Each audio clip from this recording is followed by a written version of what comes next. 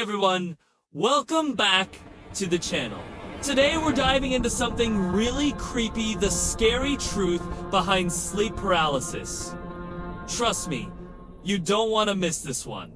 And hey, if you enjoy the video, stick around till the end. Drop a like, and don't forget to subscribe, it really helps out the channel. Tonight, we're diving into the unsettling world of sleep paralysis. What it feels like, why it happens, and the creepy truths behind this terrifying experience. By the end, you'll have a deeper understanding of a phenomenon that has haunted people for centuries. Imagine this. You wake up in the middle of the night, your eyes open. You can see your room clearly. The clock on your nightstand is glowing faintly. The shadows of your furniture sit exactly where they should. But something feels wrong. You try to roll over only. You can't. Your body doesn't move. Not an inch. You try to scream, nothing. And then, the worst part? Out of the corner of your eye, you see it. A shadowy figure standing in your room. Watching you? Moving closer? Is it a nightmare? Or something much, much darker? Tonight, we're diving deep into the creepy truth behind sleep paralysis. Terrifying condition that blurs the line between science and the supernatural. So, let's start with the basics. Sleep paralysis is a condition that happens when your brain wakes up, but your body doesn't. Normally, when you enter REM sleep, the stage where we dream your body shuts down movement, it's called muscle atrophy. It keeps us safe from acting out our dreams. But sometimes, that system glitches. You wake up mentally aware, conscious, but your body is still frozen. Trapped in dream paralysis. It can last a few seconds, or it can drag on 4 minutes. And during that time, many people experience something far more terrifying than just being unable to move. They see things, they hear things, they feel things. Dark figures in the corner, pressure on the chest, like someone sitting on top of them. Whispers, growls, the sensation of being dragged from the bed. Science calls it hypnagogic hallucinations. But for those who've lived it, it feels real. Too real. Take Sarah, for example. Sarah was a college student. Stressed, pulling on. One night, she woke up in her dorm room, completely frozen. She tried to move her arm, nothing. She tried to call out for her roommate's silence. And then, she noticed the figure. A tall, dark silhouette, standing at the foot of her bed. It didn't move. It didn't speak. But she swore she felt it staring at her. Her heart raced. She tried to convince herself it was just a dream. But then the figure began moving. Slowly, closer, until it leaned over her face. That's when she finally snapped out of it, able to move again. The figure vanished instantly. Sarah never slept the same way again. Now, here's where it gets creepy. Sleep paralysis isn't just a modern phenomenon.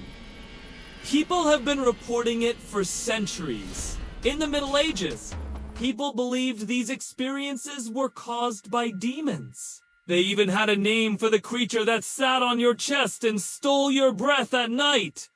The night hag. In Japan, it's called Kanosabaria, spirit binding you to the bed.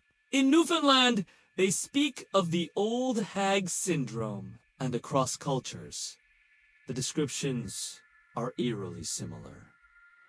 You wake up, can't move, And there's something in the room with you. Let's talk about David.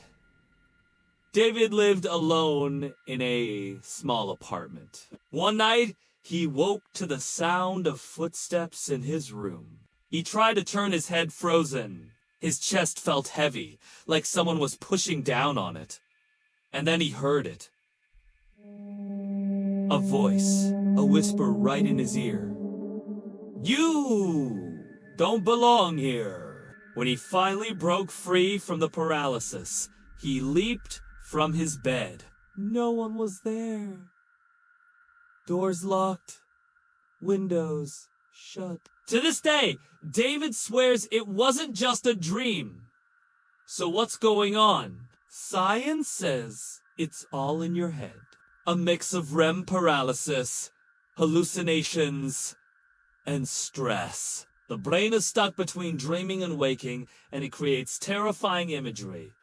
But here's where the creepy truth comes in. Why do millions of people across different cultures and centuries see the same things? The dark figure, the shadow at the foot of the bed, the pressure on the chest. Are we all wired the same way to imagine the same nightmare? Or is there something else in the dark? Something that feeds on us when we're at our most vulnerable? Some researchers have suggested that sleep paralysis might explain alien abduction stories, ghost encounters, even demonic possessions. But others say maybe those stories are connected because the entities themselves are real. Let me give you one last story. A nurse named Evelyn worked overnight shifts. She often came home exhausted, collapsing straight into bed. One morning, just after sunrise, she woke up paralyzed. She could see her entire room in the dim light. And there was a figure crouched by her doorway. It didn't move like a person. It crawled slowly, on all fours. She tried to scream, but no sound came out. The figure reached the foot of her bed and began climbing, the weight pressed down on her chest. She felt its breath against her neck, and then just as suddenly it was gone. Evelyn sat up, gasping for air, drenched in sweat. She was a woman of science, trained in medicine, but she swore that night what she felt was no hallucination. So here's the truth about sleep paralysis. Science explains the how. Your brain wakes up before your body. You hallucinate. It's terrifying, but harmless.